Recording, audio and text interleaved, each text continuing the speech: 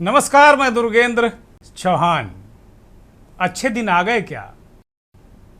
ये सवाल मैं क्यों कर रहा हूं?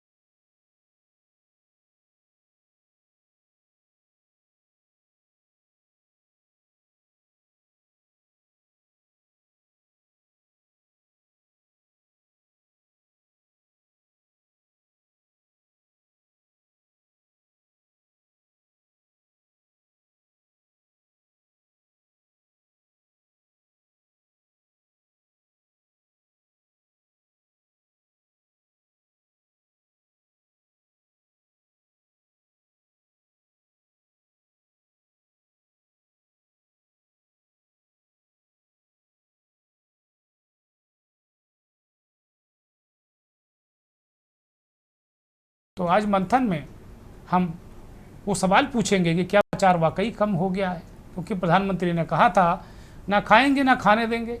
एक बात तो है, इन 10 सालों में विपक्ष सरकार के किसी मंत्री पर भ्रष्टाचार का आरोप न मढ़ पाया है न साबित कर पाया है।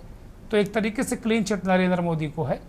ये बहुत सारे सवाल हैं, बहुत सारे जवाब हैं, और इन्हीं के बीच में हम आज मंथन में चर्चा करेंगे 11 साल कितने बेमिसाल।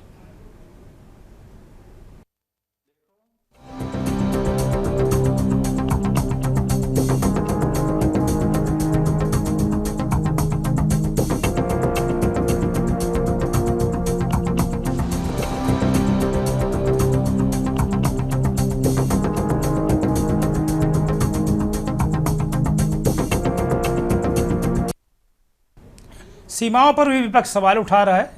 वसुधैव कुटुंबकम को लेकर भारत फर्स्ट तक का विदेश नीति के ने कई रंग बदले हैं। ऑपरेशन सिंदूर के जरिए भारत ने विश्व मंच पर एक साहसी उपस्थिति दर्ज कराई है, इसमें कहीं कोई संदेह नहीं है।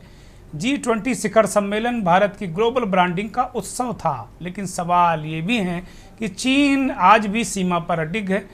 इसी देशों में भारत की पकड़ ढीली क्यों होती जा रही है? क्या विदेश नीति सिर्फ दिखावे की रणनीति बन गई है? तो ये बहुत सारी चीज़ें हैं। और विदेश नीति को लेकर ये भी कहा कि G20 को लेकर हमने इतना उत्साह दिखाया, इतने कार्यक्रम किए, बहुत सारे नेताओं को बुलाया, बहुत सारे प्रतिनिधिमंडल आए, लेकिन जब अभी ऑपरेशन सिंदूर में ज़रूरत पड़ी तो कितने लोग हमारे साथ खड़े नजर आए खुलकर? इसका आत्ममंथन करने की ज़रूरत है। तो आज मंथन में इन्हीं सब सवालों का हम जवाब तलाशेंगे। एक तबका आज भी मोदी को मजबूत नेतृत्व, एक बड़ा तबका आज भी नरेंद्र मोदी को मजबूत नेतृत्व और स्थिरता का प्रतीक मानता है, और ये मानता है कि अभी मोदी का विकल्प 29 में भी नहीं है। वही दूसरा वर्ग पूछता है कि क्या लोकतंत्र अब सिर्फ एक चेहरा बनकर रह गया है? सोशल मीडिया से लेकर तक जनता का मिजाज जो 2 ध्रुव हैं उनमें बटा नजर आ रहा है। तो कुल मिलाकर सवालों के आईने में 11 साल। मोदी 1.0 में उम्मीद थी, मोदी 2.0 में उग्रता और राष्ट्रवाद, और अब मोदी 3.0 में जवाबदेही की दरकार है। और आज हमारे साथ मंथन में मेहमान आ गए हैं। मंथन में जो मेहमान हमारे साथ हैं उनका परिचय करा देते हैं। खेमचंद शर्मा भारतीय जनता पार्टी के वरिष्ठ नेता हैं, दिल्ली के प्रवक्ता रहे हैं, बहुत स्वागत। अशोक तिवारी समाजवादी पार्टी के नेता हैं, वो भी हमारे साथ ज्वाइन कर चुके हैं, धन्यवाद। मदन मोहन शुक्ला कांग्रेस के बहुत ही वरिष्ठ नेता हैं, हमारे साथ जुड़े हुए हैं। शुक्ला जी, आपका भी बहुत स्वागत। और इस देश और दुनिया के जाने माने अर्थशास्त्री डॉक्टर प्रोफेसर अमिताभ कुंडू साहब हमारे साथ ज्वाइन कर चुके हैं। प्रोफेसर कुंडू JNU में डीन रहे हैं। तमाम जो सरकार के बहुत सारे प्रोजेक्ट हैं, स्वच्छ भारत मिशन से लेके बड़े बड़े प्रोजेक्ट को वो हेड कर चुके हैं, या उनमें उनकी राय बड़ी अहम रही है। प्रोफेसर कुंडू, बहुत बहुत स्वागत, बहुत धन्यवाद। और इस देश के जाने माने राजनीतिक विश्लेषक, वरिष्ठ पत्रकार, बहुत बेबाकी के साथ अपनी बात रखने वाले आलोक भदौरिया भी हमें ज्वाइन चुके हैं। प्रमोद पाहवा साहब कहीं विदेश में हैं और लगातार उनके पोस्ट मैं देखता रहता हूँ, वो बड़े तीखे आजकल वो सवाल कर रहे हैं सोशल मीडिया पर। व्यवस्था से भी वो सवाल कर रहे हैं, सरकारों से भी सवाल कर रहे हैं, तुलना भी कर रहे हैं। वो विदेश में जो व्यवस्थाएं हैं उससे भी तुलना वो कर रहे हैं, लेकिन तुलना बड़ी जायज़ है। मैंने कई भी हाल के सोशल मीडिया पोस्ट देखे। बहुत स्वागत, बहुत धन्यवाद प्रमोद पाहवा जी, और आलोक भदौरिया जी, आपका भी बहुत धन्यवाद, बहुत आभार। चर्चा की शुरुआत सीधे तौर पर professor doctor Amitabh Kundu sir से करेंगे। कुंडू सर, 11 साल हम कह रहे हैं कि बेमिसाल हैं, लेकिन ये जनता भी ये जानना चाहती कि कितने बेमिसाल हैं, और प्रधानमंत्री का जो 1 साल का, ये तीसरी सरकार का जो कार्यकाल है, उसको किस तरीके से देखा जाए। आर्थिक पर बहुत सारी दलीलें हैं। हम जापान के बाद अभी जो हमें पिछले दिनों सूचना मिली कि हमने जापान को भी एक इकोनॉमी में काफ़ी पीछे छोड़ दिया है। 5 ट्रिलियन की इकोनॉमी हम हो ही गए हैं। लेकिन एक सवाल भी लोग पूछ रहे हैं कि भाई 255 लाख का जो कर्ज है, लगभग 3 ट्रिलियन का कर्ज है, उसको हम किस तरह से देखें? अगर 5 ट्रिलियन की इकोनॉमी में 3 ट्रिलियन का कर्ज है, तो उसको लेकर भी सवाल उठ रहे हैं। तो आर्थिक मोर्चे पर हम कहाँ खड़े हैं और योजनाएं किस दिशा में जा रही हैं? प्रोफेसर कुंडू, आज की चर्चा का कैनवास, जो विषय इतना एक्सटेंसिव है, इतना विशाल है, क्योंकि चर्चा में सिर्फ 1 साल ही नहीं, 11 साल ही नहीं, उसके पहले के 10 साल भी चर्चा में निश्चित रूप से आएंगे जी। और जब इतना बड़ा कैनवास हो तो बहुत सारी चीज़ें अच्छी अच्छी हुई हैं, पॉजिटिव हैं, और कुछ चीज़ें निश्चित रूप से कंसर्न की बातें हैं जो आपने फ्लैग किया। इसमें अगर मैं आंकड़ों के आधार पर ही अपने तथ्य को रखूं तो मुझे 1.5 घंटा लग जाएगा। जी। इसीलिए मुझे अपने असेसमेंट को बताना पड़ेगा, और जब असेसमेंट करते हैं तो मैं डिटेल में नहीं जा पाऊंगा। इससे निश्चित रूप से मैं अपनी जो राय बनी है मेरे के आधार पर उसको मैं शेयर करूंगा। निश्चित रूप से कुछ लोग उसको सहमति होगी, क्योंकि आज मैं बहुत अधिक फोकस ढंग से बात नहीं कर सकता क्योंकि कैनवास बहुत बड़ा है। जी प्लीज। पहली बात तो यह है कि बहुत सारे मैक्रो इकोनॉमिक लेवल पे चीजें हैं जो जनरली समझा जा रहा है कि पॉजिटिव है। हमारे आर्थिक विकास का दर लगभग पिछले 11 साल में मोदी सरकार के गवर्नेंस में थोड़ा बराबर ही है जो पहले के 10 साल में थे, लेकिन आपको हमें 2020 का जो झटका लगा उसकी वजह से जो गिरावट आई उससे निकलने की कोशिश की जा रही है। अगर इसी रेट से अगर ग्रोथ रही तो निश्चित रूप से ये ग्रोथ रेट काफ़ी इम्प्रेसिव होगा। लेकिन दुर्गेन जी, आपने कहा विषमता की बात, ये इसमें क्या विषमता बढ़ी है? इसमें कोई संदेह नहीं है कि इनइक्वालिटी इस पीरियड में ज़्यादा बढ़ी है। ग्रोथ रेट तो मुझे लगता है बराबर ही है। उस पीरियड में एक ग्लोबल इंस्टेबिलिटी आया था, 2008-9 में एक रिसेशन आया था, लेकिन कोविड का झटका उससे ज़्यादा बड़ा लगा था। इसलिए मुझे लगता है कि मैक्रो इकोनॉमिक स्टेबिलिटी के मामले में अगर हमारे फिस्कल डेफिसिट को देखें नेशनल लेवल पे, उसको भी हम बराबरी पे आ रहे हैं। अगर हमारे फॉरेन एक्सचेंज रिजर्व को देखें, आपने कर्ज की बात की, लेकिन हमारे रिजर्व्स और एफडीआई इन्वेस्टमेंट वो भी बढ़ रहे हैं। तो मुझे लगता है कि अगर ओवरऑल मैक्रो इकोनॉमिक्स देखें सिर्फ इनइक्वालिटी के एक कंसर्न के अलावा, मुझे लगता है कि मैं नहीं कह सकता कि ये सरकार बहुत बुरी कर रही है। दूसरी बात जहां पर कंसर्न है वो है रोजगार पर। बेरोजगारी जो है वो 2017-18 में बहुत ज़्यादा हालत ख़राब हो गई थी। अभी हम उससे निकल रहे हैं। अभी जो आंकड़े आ रहे हैं लग रहा है कि अनएम्प्लॉयमेंट रेट कम हो रहा है, रोज़गार बढ़ रहा है, लेकिन रोज़गार जो है बहुत low productive unorganised household based employment है। उसमें प्रोडक्टिविटी बढ़ाने की ज़रूरत है जी।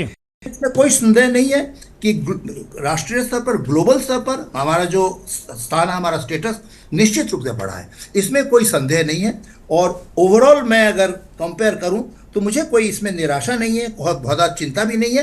अगर चिंता है तो दो बातों पर उसको मैं चाहूँगा कि हम लोग विचार करें जी। जो आर्थिक व्यवस्था से अलग हटकर है। एक सवाल जो रेज किया जा रहा है डी इंस्टीट्यूशनलाइजेशन का, जो हमारे जो राष्ट्रीय स्तर पर जो संस्थाएं थी, जो इंस्टीट्यूशंस थी, जो फंक्शन करती थी, हमारे डेमोक्रेसी को मजबूत करती थी, उसमें एनफोर्समेंट डायरेक्टर, मीडिया भी है, उसमें मुझे लगता है लोगों का विश्वास कम होता जा रहा है, कम हुआ है। उसके वजह हमें देखना पड़ेगा। अगर इस सरकार को आर्थिक स्टेबिलिटी के साथ साथ अगर सामाजिक स्टेबिलिटी के तरफ भी कदम उठाने हैं, ये जो डी इंस्टीट्यूशनलाइजेशन का जो आरोप लग रहे हैं उसे हमें देखना पड़ेगा। दूसरी बात यह है कि सोशल टेंशन जो है वो भी मुझे लगता है उसमें भी हमें चिंता की ज़रूरत है। मुझे बहुत खुशी है कि सरकार ने ये कास्ट सेंसस को एक्सेप्ट किया। सेंसस अभी होने जा रहा है। मैं ये बताना चाहता हूँ कि जवाहरलाल नेहरू वो बहुत ज़्यादा अपोज करते थे कास्ट सेंसस की। वो समझते थे कि वो कास्ट सेंसस से जो है इंडिया को डिवाइड किया जाएगा, लेकिन इस वक्त, और कांग्रेस भी उस वक्त 1930 की कास्ट सेंसस की बात करते हैं, उसका अपोजिशन बहुत हुआ था। लेकिन अच्छी बात है कि मोदी सरकार ने इसको स्वीकार किया है। लेकिन उससे अच्छी बात मुझे ये लग रहा है कि पहले 2021 की जब सेंसस की बात हो रही थी तो एनआरसी की बात हो रही थी, नेशनल रजिस्टर ऑफ सिटीजनशिप बनाया जाएगा, रेजिडेंट बनाया जाएगा। वो अभी चर्चा नहीं हो रही है। मुझे लगता है अगर वो 2027 के सेंसस के साथ हम ना जुड़े तो सोशल टेंशन कम होगा। इन जनरल मुझे लगता है आर्थिक स्तर पर जो प्रगति है मोदी सरकार की, उसमें कोई बहुत ज़्यादा चिंता की बात नहीं है। प्रोफेसर कुंडू, दो मेरे छोटे छोटे सवाल हैं, फिर मैं आगे मेहमानों के पास जाऊंगा। बहुत छोटे छोटे दो सवाल हैं। एक तो मेरे पास दो आंकड़े हैं कि $29 अरब अभी एक साल के अंदर हमारे जो भारतीय उद्योगपतियों ने विदेशों में इन्वेस्ट किए हैं। और अब तक जो अभी उससे पीछे अगर जाएं तो लगभग $57 अरब का निवेश अभी हुआ है विदेशों में। तो क्या इसको माना जाए कि हमारे यहाँ जो हमारे जो उद्यमी हैं, उद्योगपति हैं, वो हमारे यहाँ के बजाय विदेशों में ज़्यादा ट्रस्ट कर रहे हैं इन्वेस्टमेंट को लेकर? और दूसरा, एक बड़े ख़तरनाक आंकड़े हमें दिख रहे हैं, पता नहीं ये इसको कैसे देखा जाए कि 5.5 लाख करोड़ रुपए की जो हमारी घरेलू बचत थी वो गिरकर अब 6.5 लाख करोड़ रह गई है। दो बड़े महत्वपूर्ण आंकड़े हैं और सवाल हैं। अब आप अर्थशास्त्री हैं, इन चीज़ों को कैसे दर्शकों को समझाएंगे, ये जरा बता दीजिए प्लीज़। स्पेसिफिक सवाल पूछ लिया, मुझे इसमें काफ़ी लंबा चर्चा करनी पड़ेगी, लेकिन मैंने ओवरऑल जो ग्लोबल रिलेशनशिप के जो आंकड़े हैं, फॉरेन डायरेक्ट इन्वेस्टमेंट, हमारा एक्सपोर्ट का ग्रोथ रेट, हमारा बोरोइंग्स, इन सब को ध्यान में रखते हुए अगर हम इस पिछले 11 साल को 10 साल से कंपेयर करें तो मुझे नहीं लगता कि सिचुएशन बहुत खराब हुई है। ठीक बात। दूसरी बात, सेविंग्स रेट का सवाल है, थोड़े बहुत फ्लक्चुएशन होते रहते हैं। ओवरऑल हमारा जो इन्वेस्टमेंट इन इंफ्रास्ट्रक्चर बढ़ा है और सेविंग से ही डिराइव किया गया है। तो मुझे लगता है कि ओवरऑल ये जो आपने 2 आंकड़े दिए, इसमें थोड़ा सा और गहराई से चर्चा करने की ज़रूरत है। लेकिन मैं समझता हूं कि मैक्रो इकोनॉमिक स्टेबिलिटी का अगर सवाल है, अगर इंडियन इकोनॉमी का जो बाहर जो लोन मार्केट में, क्रेडिट मार्केट में क्रेडिबिलिटी का सवाल है, उसमें कोई अभी तक प्रश्न नहीं उठा है। अगर अभी भी चाहे तो इंडिया इंफ्रास्ट्रक्चर डेवलपमेंट के लिए भी पैसा बाहर से जितना चाहे ले सकता है। बहुत सारे कंट्रीज हैं जिनको अभी लोन नहीं मिल सकते हैं, लेकिन लोन लेना ये निश्चित रूप से एक लॉन्ग टर्म चिंता की बात है। लेकिन ये हमारी क्रेडिबिलिटी की भी बात है कि हमें अभी लोग यहाँ पर इन्वेस्टमेंट करने को तैयार नहीं। लेकर हमारे इन्वेस्टर्स अगर बाहर जा रहे हैं, डिस्पाइट द फैक्ट कि हम लोगों ने कहा है कि मेड इन इंडिया, इसके बारे में हम बहुत सक्रिय हैं, उसको निश्चित रूप से देखना पड़ेगा कि नहीं, क्या ये भी कहा जा रहा है कि ये इतने $51 अरब का जो है, $51 अरब का जो ड्रेन हुआ है, पैसा हमारे यहाँ से ड्रेन होकर विदेश गया है, इसको क्या अच्छा समझे प्रोफेसर कुंडू? नहीं, निश्चित रूप से अगर एक तरफ हम रहे हैं कि हमारे मेक इन इंडिया करेंगे, तो अगर हमारे पैसे जो है बाहर जा रहे हैं तो निश्चित रूप से एक तो कुछ तो रेमिटेंसेस आता है, हमारे रेमिटेंसेस का अमाउंट काफी बढ़े हैं, एफडीआई में इजाफा हुआ है। लेकिन मुझे लगता है निश्चित अगर ये पैसा बाहर गया है तो उसकी वजह हमें ढूंढना पड़ेगा और हमारी जो इन्वेस्टमेंट की पॉलिसी है उसमें थोड़ी सी शायद परिवर्तन करने की जरूरत है। उसमें कुछ रेस्ट्रिक्शंस लगाने पड़ेंगे, फॉरेन में ड्रेन ना हो जाए। तो ये एक कंसर्न निश्चित रूप से है, लेकिन मैं नहीं समझता कि ये बहुत बड़ा मुद्दा है अगले 10 साल के लिए। ठीक बात है। मैं आलोक भदौरिया जी को चर्चा में शामिल करूंगा। भदौरिया जी, आर्थिक मोर्चे पर जिस तरीके से अभी प्रोफेसर कुंडू ने बताया, वो बहुत एक संतोषजनक चीज़ें दिख रही हैं। मोटे तौर पर अगर सामाजिक रूप से देखें तो समावेशी जो माहौल है उसको लेकर 2 चीज़ें उन्होंने पॉइंट आउट की हैं कि हमको इस पर जो सामाजिक व्यवस्था है उस पर ध्यान देना होगा। जो दिक्कतें हैं, जो यहाँ रहने वाले कम्युनिटीज़ हैं, वो अपने आप को हैरिस महसूस न करें, इस पर भी काम करने की ज़रूरत है। तो मोटे तौर पर ये सरकार भ्रष्टाचार को लेकर 14 में आई थी और उसके बाद फिर बहुत सारी चीज़ें इसमें जुड़ी धीरे धीरे करके, और अपना काम ये सरकार करती गई। 11 सालों में क्या स्थितियां आप देख पा रहे हैं? क्योंकि ऐसा तो है नहीं कि काम हुआ ही नहीं है, काम तो हुआ है। आलोक जी देखिए, काम एक ऐसा है कि किसी भी सरकार में, कोई भी सरकार आए तो एक ये सतत प्रक्रिया है, काम जारी ही रहता है, काम रुकता नहीं है। जैसे अभी हाल फिलहाल, जैसे अभी आपका चेनाब का पुल बना, क्या एक दिन में बन गया? क्या 1 साल में बन गया? क्या 10 साल में बन गया? नहीं, एक ही बड़ी प्रक्रिया होती है। तो विकास एक बड़ी कंटिन्यूअस प्रोसेस है, ये चलता ही रहता है, कोई भी सरकार आए। हाँ, दिक्कत तब आती है जब इस पर कोई रोक लगा दे। तो रोक तो विकास तो मुझे नहीं लगता है कि कोई लगा सकता है, ना लगाना चाहेगा। चिंता की बात और है, मैं प्रोफेसर साहब की 2 बातों से पूरी तरह सहमत हूँ।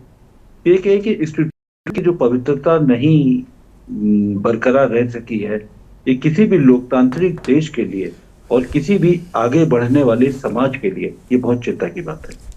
संस्थानों की अगर पवित्रता रहेगी तो आप ये मान कर चलिए कि आपके देश में एफडीआई भी भरपूर आएगा और आपके देश में जो सोशल फैब्रिक है, जो सामाजिक ताना बाना है, ये भी बरकरार रहेगा। आप भी मान के चलिए कि जो फ्रेजाइल स्टेट्स होती हैं, फ्रेजाइल जो देश होते हैं, जो उनमें कभी भी निवेश नहीं आता। क्यों नहीं आता है? सिर्फ यही वजह है कि अगर वित्तीय स्थिरता नहीं आएगी, सामाजिक ताना बाना सुरक्षित नहीं रहेगा, तो उतना निवेश नहीं आता है। जी। उदाहरण के तौर पर, क्योंकि अगर आपका उत्तर प्रदेश का चैनल है तो मैं उत्तर प्रदेश की ही बात करूंगा। उत्तर प्रदेश और बिहार में कितना निवेश आता है? तुलना तमिलनाडु से करिए ना। ये सारी चीजें बता देती है कि तमिलनाडु में आ रहा, आपके यहाँ नहीं आ रहा। क्यों नहीं आ रहा? कुछ न कुछ तो वजह है ना। तो उन सब वजहों को हमको देखना पड़ेगा। असमानता सब है। एक अभी प्रोफेसर साहब ने कहा, या आपका भी जो इशारा है कि आय की असमानता बढ़ी है, निश्चित तौर पर बढ़ी है। कुछ लोगों के पास में पूंजी इकट्ठी हो गई है, 1%er है जिनके पास में सारी पूंजी इकट्ठी होती जा रही है। ये विषय है, और ये सामाजिक द्वेष और सामाजिक ताने बाने को भी छिन्न भिन्न करने का एक बड़ा बायस बनेगा। इससे इनकार नहीं किया जा सकता। क्योंकि अगर आप किसी भी राज्य में, किसी भी राजधानी में अगर आप समृद्धि के टापू अगर बनाएंगे ना, तो अगल बगल जो लोग हैं, जो उपेक्षित हैं, जिनको कुछ नहीं मिल रहा है, वंचित तबका है, उसमें आक्रोश तो आएगा। तो सवाल है कि इससे आप कब तक बचेंगे। एक चीज ये है।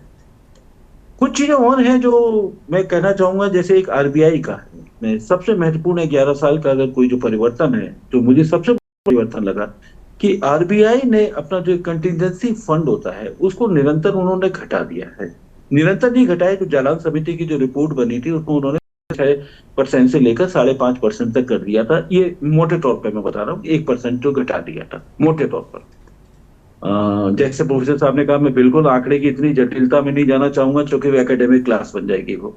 तो लगभग करीब मोटे तौर पर 1% घटा दिया है। तो 1% का मतलब क्या? सरकार की तो अंटी और झोली भर गई है। डिविडेंड ऐसा भर भर के बांटा है, 2 लाख करोड़, 1,76,000 करोड़, 35,000 करोड़, 63,000 करोड़। अरे भाई, आप इतना डिविडेंड बांट रहे हैं, ठीक है, बांट दीजिए, कोई गुरेज नहीं है। लेकिन यदि कोई आर्थिक आपातकाल की स्थिति होती है तब क्या होगा? मान लीजिए आपने ऑपरेशन सिंदूर का जिक्र किया था, हमारे सीडीएस साहब ने बिल्कुल सही कहा था। युद्ध तो बहुत खर्चीला होता है, छोटा मोटा खर्चीला नहीं होता। ऐसी स्थिति में जब आपके टैंकर को लेते हुए, जो अदानी साहब के जो पोर्ट में जो आ रहे हैं टैंकर, उसमें लेकर जांच हो रही है, रशिया से आप सस्ता तेल नहीं खरीद पाएंगे, इसको लेते हुए दिक्कत आ रही है, तो आप क्या करेंगे? आर्थिक आपातकाल में आप ये मान के चलिए, फॉरेन रिजर्व की आप बातें खूब कर रहे हैं, लेकिन फॉरेन रिजर्व एक ऐसी फिसलन भरी डगर होती है कि अगर उसमें थोड़ा सा भी अगर छेद हो ना, तो आपको पता नहीं चलता। जैसे वो एक रेत का एक खिलौना होता है, मैं भूल रहा हूँ, जिसमें उल्टा करके रख देते हैं, रेत गिरने लगती है। तो शुरू में थोड़ी थोड़ी गिरती है, लेकिन जब वो आधी रेत जब बचती है ना दूसरे में, तो बहुत तेजी के साथ गिरती है। तो रिजर्व बैंक का फंड ऐसा ही होता है। तो उस फंड में मेरा मानना है घटाया जाना चाहिए था, रिजर्व बैंक को रखना चाहिए था। उसको अगर बहुत ही सरलीकरण में, सामान्य भाषा में बात करें, तो हमारे दादाजी की हड्डी है, सुरक्षित रहे कि भैया बच्चों को जरूरत पड़े तो कुछ पैसे तो मिल जाए ना।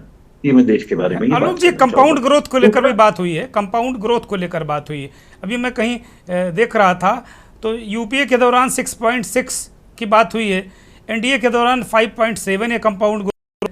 यानी अगर मोटे तौर पर कहा जाए तो यूपीए के दौरान जो हमारी कंपाउंड ग्रोथ हुई थी 183%, और एनडीए के दौरान जो कार्यकाल है 10 साल का इनका जो भी है, तो वो 83% बची। इस तरह के आंकड़े भी पेश किए जा रहे हैं, इन पर कितना रिलाई किया जाए? देखिए, आंकड़ों की पवित्रता पर इस सरकार पर आप ज्यादा ध्यान मत दीजिए। आंकड़े कितने पारदर्शी होने चाहिए, इस पर हमेशा सवाल खड़े होते हैं। और इन्होंने बेस सीरीज भी बदल दी थी, आंकड़ों के करने का बेस सीरीज बदल दी थी। और दूसरा, अब जिस आंकड़े का उल्लेख कर रहे हैं, जो चीज बता रहे हैं ना, भारत सरकार की वेबसाइट से वो गायब हो चुकी है। आप खोल के देखेंगे, ताजा आपको नहीं मिलेगी। उन्होंने जो यूपीए के जो ग्रोथ के आंकड़े है ना, और जो एनडीए के ग्रोथ के जो 10 साल के आंकड़े हैं, तो उसमें यूपीए के ग्रोथ वाले आंकड़े ये 10 साल ये गायब हो चुके हैं। ध्यान से देखिए, गायब हो चुके हैं 15 दिन के अंदर। ठीक है। तो ये चीज बड़ी महत्वपूर्ण है। तो सवाल है कि आंकड़ों की पवित्रता बहुत जरूरी है। जब तक आप उसको नहीं करेंगे, मैं एक चीज और कहना चाहूंगा, मैं बात करना चाहूंगा मनरेगा के ऊपर। मनरेगा के आंकड़े आपके क्यों बढ़ते चले जाते हैं? मनरेगा के तहत मांगने वालों की संख्या क्यों बढ़ती जा रही है? ये भी एक हमको सोचने वाला बात है। अगर 11 साल में हमने इतनी तरक्की करी की और हमने इतने लोगों को रोजगार मुहैया करा दिया, मैं सारे आंकड़े मान लेता हूँ, कुछ मान लेता हूँ, तो ऐसी स्थिति में अगर आप मई के भी आंकड़े दें, मैं छोटा सा एक आंकड़ा दूंगा, ज्यादा आंकड़ा मैं बिल्कुल नहीं खेलूंगा, मैं प्रोफेसर साहब से बिल्कुल इस बात से सहमत हूँ, आंकड़े कई हैं लेकिन मैं दूंगा नहीं मैं। अब आप देखिए जैसे मई का अगर आप आंकड़ा उठाते हैं, मई में इस साल जो 28.39 मिलियन लोग ये मनरेगा की शरण में गए, और पिछले साल कितने थे? पिछले साल मई में ये 28.18 मिलियन थे, 1 मिलियन आपके बढ़ गए। क्यों भाई? और आपने कितने ढोल नगाड़े बजाए, कौन कौन से नंबर की अर्थव्यवस्था हो गए, प्रति व्यक्ति आए कहाँ है, और सब मनरेगा में ही सब जा रहे हैं। तो अब एक बात देखिए, मनरेगा को समझिए, मनरेगा बहुत महत्वपूर्ण चीज है। अगर आपका गैर कृषि में और नॉन फार्म में अगर आपको रोजगार नहीं मिल रहा है, तभी तो आप मनरेगा की तरफ जुड़ते हैं, मनरेगा की तरफ बढ़ते हैं, अपना खाने कमाने के लिए, कि कम से कम 2 जून की रोटी तो आ सके, पेट तो भर सके। ठीक है। सवाल है कि तो जी एक चिंता बात की मैं बात कहूँ, है। ठीक है। एक मैं सवाल और कहूंगा, उसके बाद में करूंगा। मैं कहूंगा एक फेडरल स्ट्रक्चर, 11 साल में फेडरल स्ट्रक्चर के ऊपर बहुत सवाल खड़े हुए हैं, ये बहुत महत्वपूर्ण है, ठीक है। ये होना चाहिए। और महत्वपूर्ण लोगों को, आपने एक ऑपरेशन सिंदूर का जिक्र किया था, इतना बड़ा था, आपने उसकी तारीफ करी है, कि मैं ऑपरेशन सिंदूर की तारीफ से मैं इनकार नहीं करता, लेकिन ऑपरेशन सिंदूर के पीछे जो विदेश नीति का जो ध्वस्त होना, मेरे मैं लिए ये मैं ज्यादा मैं महत्वपूर्ण। आऊँगा। अभी विदेश नीति के एक्सपर्ट प्रमोद पाहवा राजनयिक रहे हैं, वो हमारे साथ जुड़े हैं, और शर्मा जी से निवेदन किए धैर्य के साथ में हम सभी को पूरा मौका देंगे, तो धैर्य सभी लोग। एक ब्रेक ले रहे हैं। 11 साल कितने बेमिसाल मोदी सरकार की हम बात कर रहे हैं, बहुत सारे काम हुए हैं। सवाल ये है कि क्या 2029 तक भारत विकसित राष्ट्र बन जाएगा? रोजगार, महंगाई, बेरोजगारी, बहुत सारी जो समस्याएं हैं, क्या कहीं हद तक वो हल हो पाएंगी? विदेश नीति पर जो सवाल उठ रहे हैं उन पर भी हम बात कर रहे हैं। सीधे रुख करेंगे, हमारे साथ राजनयिक प्रमोद पाहवा, पूर्व राजनयिक रहे हैं, तमाम देशों में काम कर चुके हैं, उनकी तरफ रुख करेंगे। उसके बाद फिर पॉलिटिकल मेहमानों के पास जाएंगे। बहुत सारे सवाल भी हैं। खेमचंद शर्मा भारतीय जनता पार्टी के नेता लगातार वो नोट भी कर रहे हैं, उनका जवाब वो देंगे। प्रमोद पाहवा, विदेश नीति को लेकर लगातार विपक्ष उंगली उठा रहा है कि भाई बहुत स्थिति खराब हो गई, ये हो गया, वो हो गया, लेकिन मोटे तौर पर हमें तो कहीं ऐसा कुछ दिख नहीं रहा है। सारी चीज़ें जो हैं वो अपने जिस तरह से एक सरकार बहुत महत्वपूर्ण तरीके से चीज़ों को चलाती है, और जैसे जंग की स्थिति में प्रधानमंत्री को सबको लेकर चलने की अपेक्षा हमने की थी, वो सबको लेकर चले, और बीच बीच में सारी चीज़ें हुई, और ये भी कहा गया कि नहीं साहब वो ट्रंप उलझुल बातें कर रहे हैं, ट्रंप के बयानों के सहारे प्रधानमंत्री को निशाने पर लेने की कोशिश की गई। मुझे ऐसा लगता है कि इस तरीके का 11 साल में पहला मौका था, जब बाकी जो सर्जिकल स्ट्राइक्स थी वो अलग तरीके का मसला था, ये युद्ध जैसा ही था। इसको टेक्निकली युद्ध घोषित नहीं किया गया था, लेकिन ये आतंकवाद के खिलाफ जो हमारा युद्ध है वो बिल्कुल एक ट्रेडिशनल वारफेयर वाली स्थिति होती है, उसी तरीके का था, और उसी तरीके की समस्याओं को पहली बार नरेंद्र मोदी की सरकार ने फेस किया। वो बाकी ये सारी चीज़ें जो कुछ हुई हम सब ने देखी हैं, और इसको लेकर इतना हल्ला मचाया जाता कि विदेश नीति को लेकर हम सफल नहीं हुए। नहीं, अगर विपक्ष विदेश नीति के ऊपर कोई टिप्पणी कर रहा है या उसकी आलोचना कर रहा है तो वो इसलिए गलत है कि विदेश नीति है ही नहीं। विदेश नीति क्या होती है सर? वाद विवाद और प्रतिवाद के बाद ही कोई सोल्यूशन निकलता है, लेकिन अब तो एक तरफा चल रहा है, अंडे एक टोकरी में रखकर और हमारा जो है देश चल रहा है, तो उस स्थिति में हम कहाँ खड़े होते? ऑपरेशन सिंदूर हुआ, हमारी सेना ने बहुत अच्छा काम किया, तो सेना का प्रोफेशनलिज्म है, उन्हें करना चाहिए था, लेकिन ये सवाल तो पूछा जा सकता है ना कि ये रोका क्यों गया? अगर हम अखंड भारत की तरफ बढ़ रहे थे, अगर हम पीओके की तरफ बढ़ रहे थे, तो फिर ऐसा क्यों हुआ? और विदेश नीति की 11 साल के अंदर अगर आप देखें तो आप एक आंकड़ा निकाल लें कि कितने हमारे विदेश सेवा के अधिकारी हैं जिन्होंने अपना वीजा ले लिया है, रिजाइन करके घर में बैठ गए, और विदेश सेवा से जुड़ा हुआ एक संस्थान है जो विश्लेषण और रिसर्च करता है, उसके कितने अधिकारियों को हटा दिया गया और उनकी जगह 3 लोगों को ले आया गया। आप यहाँ पर अगर देखें हमारे दूतावासों में, तो एक जमाने में यहाँ डिस्कवरी ऑफ इंडिया और इस तरीके की सभी पुस्तकें और ऐतिहासिक पुस्तकें मिलती थी जो इंडिया के बारे में बताती थी। एक खास हमारी एक पुस्तक इंडिया, जिसमें हम ताजमहल से लेकर और स्वर्ण मंदिर तक सभी के चित्र और सभी का डिटेल्स देते थे। आज उसकी जगह वहां पर प्रकाशन का सारा जो भी कहना चाहिए साहित्य है, अब मैं इसके साथ ये तो नहीं लगाऊंगा कि लुगदी साहित्य है, लेकिन जो भी वहां का साहित्य है उसका ढेर लगा हुआ है।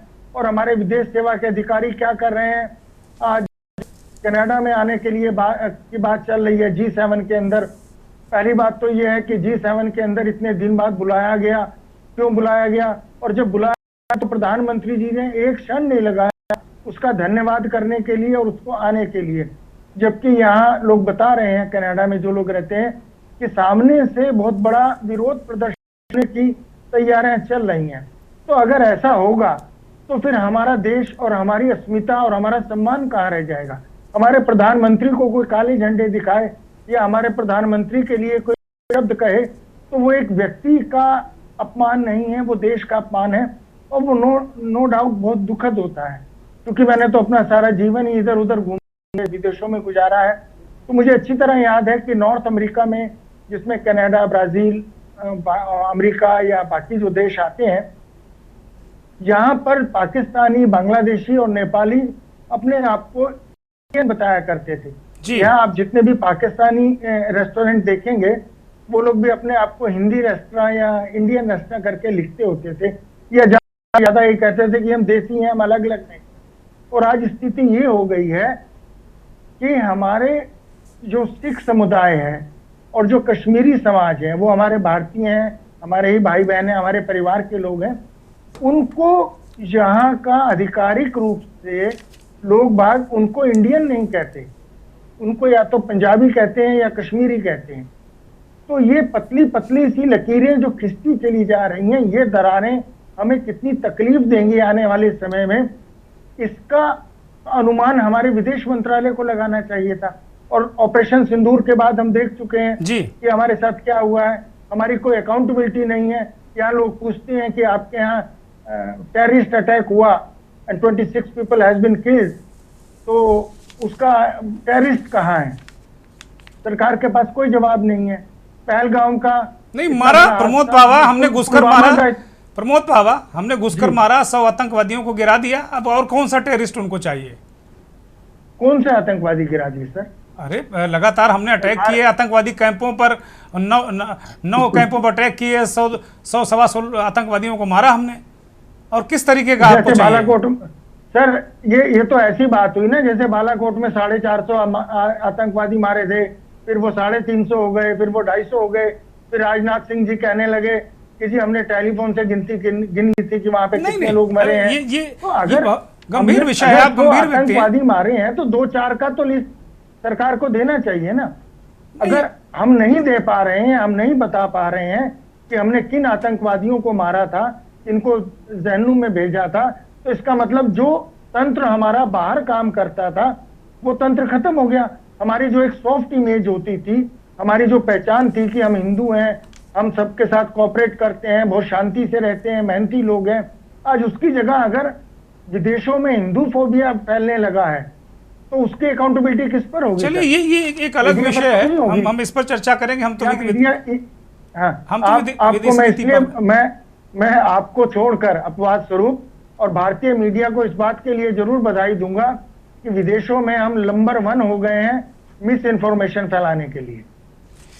चलिए, ये आपका पॉइंट ऑफ व्यू हो सकता है। खेमचंद शर्मा की तरफ आ रहा हूँ। शर्मा जी सारे सवालों का जवाब देंगे। मुझे उम्मीद है कि वो इस देश को और जो लोग अभी इस चर्चा में जिन्होंने सवाल उठाए उनको बहुत साइजगी के साथ में वो संतुष्ट करेंगे। खेमचंद शर्मा, रिप्लाई। नमस्कार, जय हिंद। जय हिंद।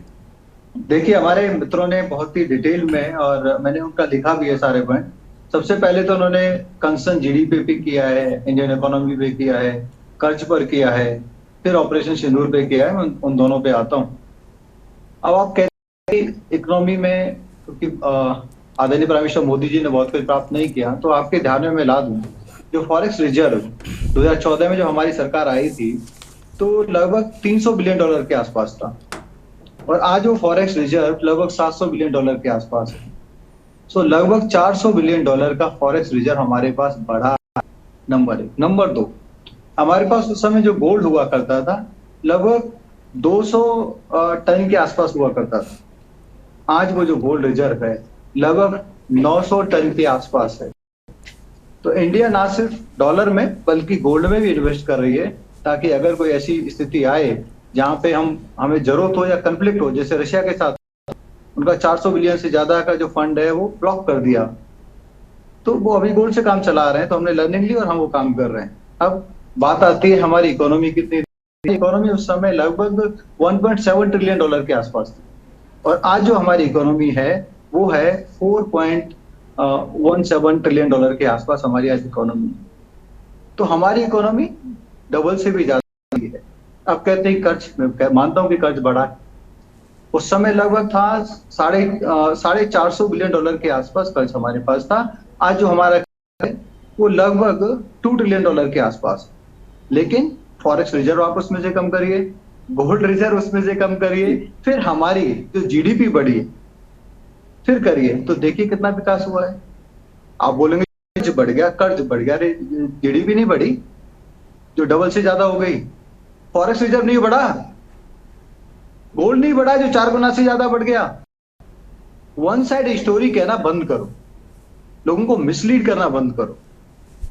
फिर कहेंगे कि देश में विकास नहीं हो रहा है। में 1 मिलियन लोग कैसे ऐड हो गए पिछले साल में, अगर काम हो रहा है तो। पिछले साल में लगभग 13 मिलियन लोग, मतलब जनसंख्या भारत में एड ऑन हुई। 13 मिलियन जनसंख्या एड ऑन होती है। 1 मिलियन वर्ग अगर किसी पर्टिकुलर सेक्टर में एड ऑन हो रही है तो आपको बहुत ज्यादा लग रही है। आप उसे इंटरसेप्ट कर रहे हो कि भाई और जगह काम ही नहीं हुआ, और जगह नौकरी नहीं हुई। अरे बाकी की कहाँ गए? 13 मिलियन है, 13 मिलियन में से 1 मिलियन इसमें गए, बाकी तो दूसरे सेक्टर्स में गए ना। तो मैं रिक्वेस्ट करूंगा, जब भी आप जैसे लोग एनालाइज करें तो वन साइड। अब कह रहे हैं हम सबसे बड़े मिस इन्फॉर्मेशन फैलाने वाले हो गए। कॉग्निटिव वारफेयर में, इंफॉर्मेशन वारफेयर में आप किसकी साइड ले रहे हैं? आप हमें झूठा कह रहे हैं, एज ए नेशन आप हमें झूठा कह रहे हैं। मैं आपको क्रिटिसाइज करता हूं, निंदा करता हूं आपकी। एज ए नेशन आप हमें झूठा कैसे कह सकते हैं? नहीं, सरकार को नहीं कहा उन्होंने, देश में खाते उन्होंने हैं, सरकार को नहीं आपने कहा, कैसे कह दिया? सरकार को नहीं कहा उन्होंने, आप नहीं, उन्होंने कहा सरकार का मतलब क्या है? उस हम तंत्र को भारत कहा है, भारतीय शर्मा जी मिसइन्फॉर्मेशन फैलाने में शर्मा जी सबसे ऊपर है। उस तंत्र तो को ऐसा कहा नहीं हुआ है, ना। मुझे उस बीजेपी तंत्र को मुझे उन्होंने लगता है कहा बात है बोलनी जो पड़ेगी ऐसा मेरे को। करता है ये आपको बात अपने बोलनी ऊपर लेना पड़ेगी। नहीं मैंने चाहिए। आपको पूरा बोलने दिया, लेट मी कंप्लीट। बोलिए। आप गलत बोल रहे हैं, मैं इस तरीके से पार्टिसिपेट नहीं करता। आप में पेशेंस होना चाहिए। आप चिल्लाइए बुजुर्ग मत, हो। मैंने चिल्लाइए एक मत। पॉइंट आपका लिखा है। मैं बुजुर्ग इसको नहीं हूं, मैं कहते अनुभवी हैं हूं। बदतमीजी। इसको कहते हैं अपने आप से गलत बात करना, फिर उसका आप जवाब सुनना नहीं चाहते। अभी मेरे को कंप्लीट मैं करने आपका दो। मैंने सुनना बहुत चाहता सारी हूं। आपने जो चीजें, बीच में बहुत गलत चीजें बात लिखी कह दी, हैं। मैं उसका कह रहा आपको हूं। आधा घंटा तो एक आलोक जी, आलोक जी, सुनने दीजिए। आलोक जी, आलोक जी, उनको बोलने दीजिए। सीडीएस ने क्या कहा है? सीडीएस अनिल चौहान ने क्या कहा है? अब आता है कि हमने सीडीएस अनिल चौहान ने क्या कहा है? आलोक जी, आलोक जी, प्लीज। आलोक जी, सीडीएस समझते क्या होता है? आलोक जी, बोलने दीजिए उनको। आलोक जी, तो मुझे कोई मतलब करने का। आलोक जी, आप हमसे पूछ रहे हो कि उग्रवादियों के हमें नाम बताने चाहिए। आलोक जी, अरे उग्रवादी मारे गए, सैकड़ों की संख्या में मारे गए। उनके जनाजे में पाक आर्मी शामिल थी। ये फुटेज, ये वीडियो सबने देखे, और आप हम नाम बताएं? धिक्कार है आप जैसे लोगों पे। ऑपरेशन सिंदूर का जो लक्ष्य था 100% प्राप्त हुआ। ऑपरेशन सिंदूर में हमारा लक्ष्य था कि हम आतंकवादियों को घर में मारेंगे, जमीन दोस्त कर देंगे, उनकी कब्र खोद देंगे, और हमने खोद के दिखाई। हमने 22 मिनट में हमारे पूरे पाकिस्तान तहलका मचा दिया, आर्मी क्षेत्र में तहलका मचा दिया, और हमने दिखाया कि हम जो चाहते हैं वो करके दिखा सकते हैं। और आप अभी सबूत मांग रहे हैं। पाकिस्तान के प्रधानमंत्री ने खुद कि हम तैयारी करते रह गए और भारत की ब्रह्मोस हमारे अंदर घुस गई, हमारे जो वायुसेना के कैंप थे वहां पे आ गई, वहां डिस्ट्रॉय किया, और आप अभी सबूत मांग रहे हैं। ऑपरेशन सिंदूर ने 100% अपना लक्ष्य प्राप्त किया। आप कह रहे हैं हमारे साथ कौन खड़ा था? विदेशों में हम गए, अरे हमारे खिलाफ कौन था? 52 से ज्यादा मुस्लिम कंट्री ने छोटी सी घटना पे भारत के खिलाफ सब इकट्ठे हो जाते थे। कितनी मुस्लिम कंट्री को इकट्ठा हुई तुर्की को छोड़ के? किसकी हिम्मत हुई भारत के खिलाफ बोलने की? इवन चाइना को पूरा विश्व ने क्रिटिसाइज किया कि भारत में जिस तरीके से आतंकवादी घटना हुई है हम उसकी निंदा करते हैं, हम उसकी भर्त्सना करते हैं, ये गलत हुआ है। कौन हमारे अगेंस्ट खड़ा हुआ था? हमने घुस के मारा, किसने ये कहा कि भारत को घुस के नहीं मारना चाहिए था, हम उसका विरोध करते हैं? ठीक है। किसने कहा? बल्कि पाकिस्तान के जो रिलायबल जो दोस्त थे, जो उनके भाईजान थे, उन्होंने कहा नहीं तुम गलत हो, भारत गलत नहीं। ठीक है, ठीक पूरा है। मिडिल ईस्ट भारत है। के साथ खड़ा था। आपको नहीं दिखाई देता है? वी डोंट केयर, दिखाई देगा भी नहीं, आप है। देखना नहीं चाहते, आपने पट्टी बांधी हुई है।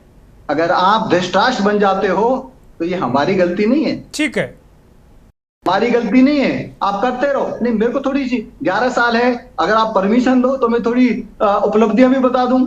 तो अब आप अभी तो आप उसी में उलझ गए ना, अभी तो आप निंदा में उलझ गए। हमने उपलब्धियों के लिए हमने आपको बुलाया है और आप उसमें उलझ गए। बहुत जल्दी से बोलिए, जल्दी से।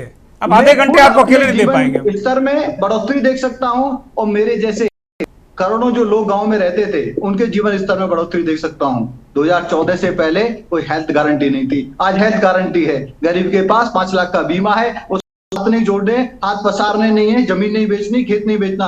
आज से पहले 2014 से पहले किसानों को कोई मदद नहीं दी, लगातार मदद दी गई है। 19 किस्त चली गई है, 3,60,000 करोड़ से ज्यादा का पैसा ऑलरेडी डिस्बर्स हो गया है। कंप्लीट करिए जल्दी से, लगातार पैसा मिल रहा है। घर घर में टॉयलेट बनाने का काम किया, 50 करोड़ से ज्यादा बैंक में खाते खोले हैं, बैंकिंग सिस्टम में हमारे भारतीय आए हैं। 40 करोड़ से ज्यादा लोगों को मुद्रा लोन दिया गया, एंटरप्रीनियर बनाया गया, उद्योगपति बनाया गया। सबको नौकरी नहीं दे सकते, नौकरी देने वाला बनाया गया। आज भारत में बिगेस्ट आज यहाँ पे स्टार्टअप का इकोसिस्टम है। वो इकोसिस्टम खुद भी जॉब ले रहा है, दूसरों को भी दे रहा है। ठीक है, खेमचंद शर्मा कंप्लीट, हर एक साइंस कंप्लीट इनोवेशन कर रहा है। हो गया, कंप्लीट। खेमचंद शर्मा कंप्लीट आ गया। एक 20 सेकंड का जवाब हम चाहते हैं प्रमोद पाहवा से। प्रमोद पाहवा, आपने कैसे कह दिया, आपने कैसे सबूत मांग लिए? क्या, क्यों आपने सबूत मांग लिए? आपको अपने देश की फौजों पर भरोसा नहीं? प्रमोद पाहवा, ये तो सीडीएस को भरोसा नहीं है, ये गद्दार बता रहे हैं, सीडीएस को गद्दार बता रहे हैं, जिन्होंने कहा सीडीएस को आप गद्दार कह रहे हैं। आप अपनी गंदी राजनीति को बढ़ाने के लिए सीडीएस का नाम ले रहे हैं। बिल्कुल नहीं, अरे वो नेता नहीं है, नेता नहीं है, नेता नहीं है। आप सीडीएस का नाम लेके राजनीति करोगे, इस घटियापन कुछ नहीं हो सकता। अरे शर्मा जी, मोसाद वाला पैटर्न फिर से कुछ तो शर्म आनी चाहिए वाला पैटर्न हम पे मत दिखाओ।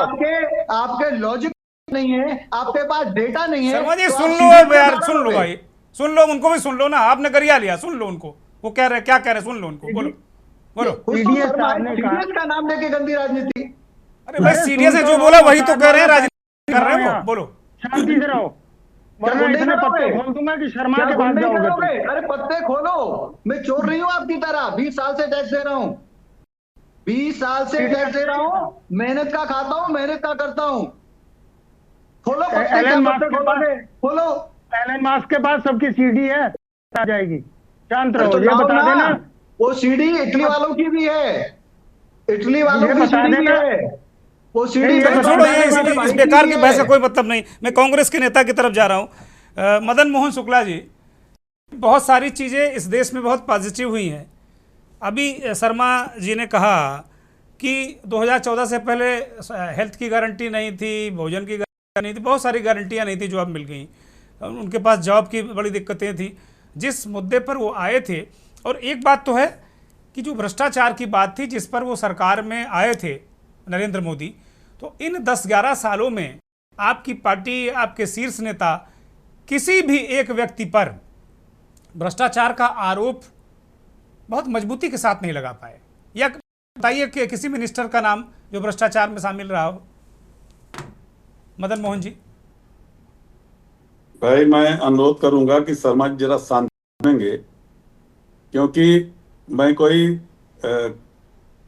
भक्ति भाव में कोई बात नहीं कह रहा हूं। मैं देश की सच्चाई की हालत बता रहा हूं, जो भारतीय जनता पार्टी ने देश के सामने वादा किया था। इन्होंने 2 करोड़ रोजगार देने के लिए कहा था।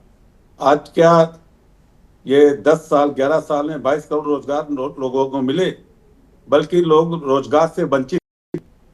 आज जो इन्होंने वादा किया था किसानों की आय दुगनी हो जाएगी, क्या वो दुगनी हो गई? क्या इन्होंने जो वादा किया, ये इनकी तो खैर कोई हैसियत नहीं, इनकी सरकार ने वादा किया था, प्रधानमंत्री ने खुद वादा किया था और अपने वचन पर नहीं हुए वो कि हम आय दुगनी कर देंगे, हम 2 करोड़ रोजगार देंगे, अच्छे दिन आ जाएंगे, सबको काम मिल जाएगा, सब खुशहाल हो जाएंगे। आज हालत ये है कि सरकारी नौकरियों में जगह खाली हैं और आउटसोर्सिंग से भर्ती हो रही है, कॉन्ट्रैक्ट भर्ती हो रही है, भर्ती नहीं की जा रही है। आज हालत है कि सरकारी जो मनरेगा जैसी जगह अगर योजना कांग्रेस ने न बनाई होती तो आज क्या बेरोजगारी की हालत होती, ये समझा जा सकता है। आज हालत ये है कि जो ये बड़ी बड़ी झूठी बातें करना कि आंकड़ों पे विश्वसनीयता सरकार की खत्म हो गई है। अभी प्रोफेसर कुंडू जी ने ठीक कहा कि पहली बार ऐसा हुआ है कि ईडी, सीबीआई, मीडिया, जो इन सब की विश्वसनीयता जनमानस के बीच घटी है कि सरकार के इशारे पर काम करते हैं। और इसका प्रमाण है कि सरकार के इशारे पर अगर काम करते होते तो सुप्रीम कोर्ट के फुल बेंच के आदेश के बाद कि निष्पक्ष चुनाव के लिए जरूरी है कि चुनाव आयोग की नियुक्ति के लिए प्रधानमंत्री, लीडर अपोजिशन और चीफ जस्टिस जो वर्तमान हो उसके कमेटी के द्वारा नियुक्त किया जाना चाहिए। लेकिन प्रधानमंत्री तत्काल अध्यादेश ला करके उस कानून को बदल दिया और एक प्रधानमंत्री होगा, एक उनका मंत्री होगा और एक लीडर अपोजिशन होगा। इसके माने बहुमत उनका होगा, जो चाहेंगे वो चुनाव आयोग बैठेगा। निष्पक्ष चुनाव कैसे हो जाएंगे? आज ईडी और सीबीआई का दुरुपयोग कैसे हो रहा है? बहुमत के आधार पर सरकार चलती है। मैं नहीं बीच में बोला है, को सब बीच मत बोलिए, बदतमीजी मत कीजिए, बीच में मत बोलिए, नहीं शर्मा जी, शर्मा जी उकसाइए नहीं, शर्मा जी उकसाइए नहीं, शर्मा जी उकसाइए नहीं, डिबेट को उकसाइए नहीं। आपको धैर्य के साथ में सुना गया। रखिए, गुणगान केवल मत कीजिए, सच्चाई बोलने दीजिए, जवाब दीजिए, जवाब का बोलिए, जवाब देने के मौका कीजिए। बीच में एक शब्द नहीं बोला, बोलिए, एक शब्द आपके बीच नहीं बोलिए, जल्दी बोलिए, समय मत बर्बाद करिए, बोलिए, समय मत बर्बाद करिए, बोलिए, मेरे पास ज्यादा समय नहीं है, जल्दी बोलिए। मैं तर्क के साथ बात कर रहा हूं कि आपने जो जनता के बीच में इलेक्टोरल बॉन्ड लाए पारदर्शिता के लिए, इलेक्टोरल बॉन्ड में कौन सी पारदर्शिता की गई? जिसने चंदा दिया उसको आपने धंधा दिया। चंदा क्यों लिया? जिसने चंदा दिया उसको धंधा। मैं कह रहा हूँ बीच मत बोलिए, जवाब दीजिएगा। जिसको चंदा, जिसको धंधा दिया, आपने बीच में इस इलेक्टोरल बॉन्ड का खुलासा क्यों नहीं किया? क्यों सुप्रीम कोर्ट देना पड़ा? क्यों आप उसके भाग रहे थे? कांग्रेस ने चंदा क्यों लिया? चार गुना कर्ज हिंदुस्तान पर बढ़ गया और आप आर्थिक नीति का ढिंढोरा पीट रहे हो। आप हिंदुस्तान में आपकी जो रिजर्व फंड है, रिजर्व फंड में कमी आ गई। जो रिजर्व बैंक कमेंट्री मत करो शर्मा जी, पीछे कमेंट्री नहीं अच्छी।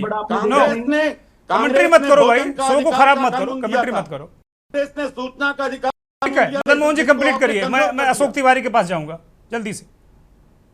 देखिए, बात पूरी होने दीजिए कि आप देखिए, इन्होंने जो वादे किए थे वो नहीं किया।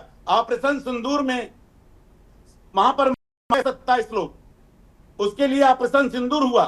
ऑपरेशन सिंदूर में मैं मानता हूं, बधाई देता हूं सेना को, उन्होंने ठिकानों को ध्वस्त कर दिया।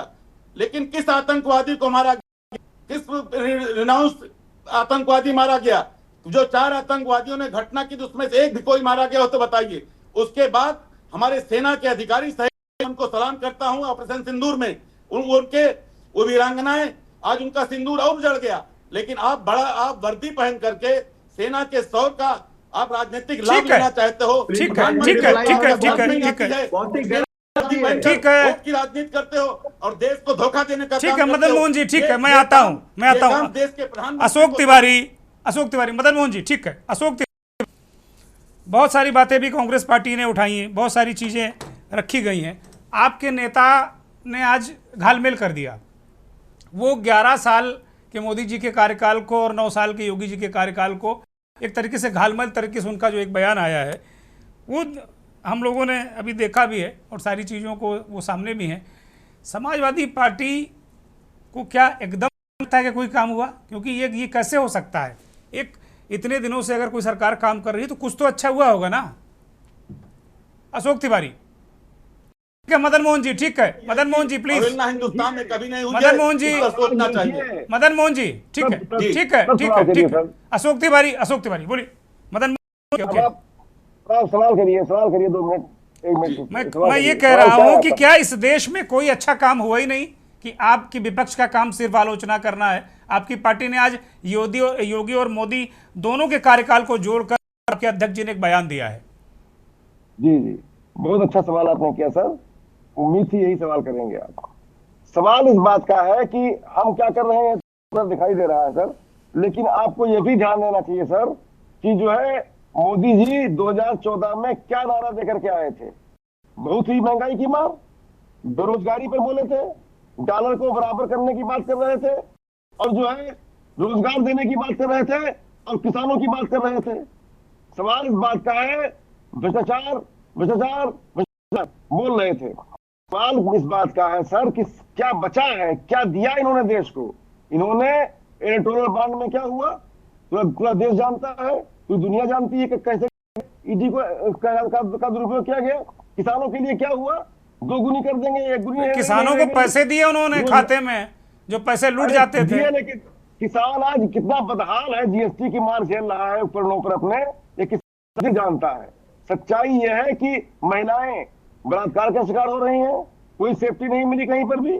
सवाल इस बात का है कि आरक्षण खा गए, ग्रेजुएशन कर दिया पूरे देश का, और जो है सरकारी नौकरियां रखी ही नहीं, बची ही नहीं। आज पिछड़ा दलित आज मारा फिर रहा है, आज भर्ती घोटाला कर दिया उत्तर प्रदेश में।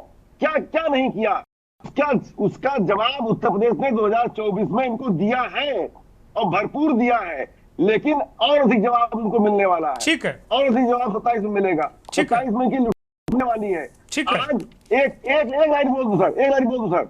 आज हमारे समीक्षक जो भी समीक्षा कर रहे हैं, आदरणीय हैं सारे लोग, माननीय जी, माननीय जो है पवार साहब और माननीय भदौरिया जी, उन्होंने अच्छी बातें करी हैं। आज तिलमिला गए हैं हेमचंद शर्मा, तिलमिला गए हैं उनकी अच्छी बातों से। ठीक है, संस्थाओं को कमजोर कर दिया, ठीक है, संस्थाओं को कमजोर कर दिया।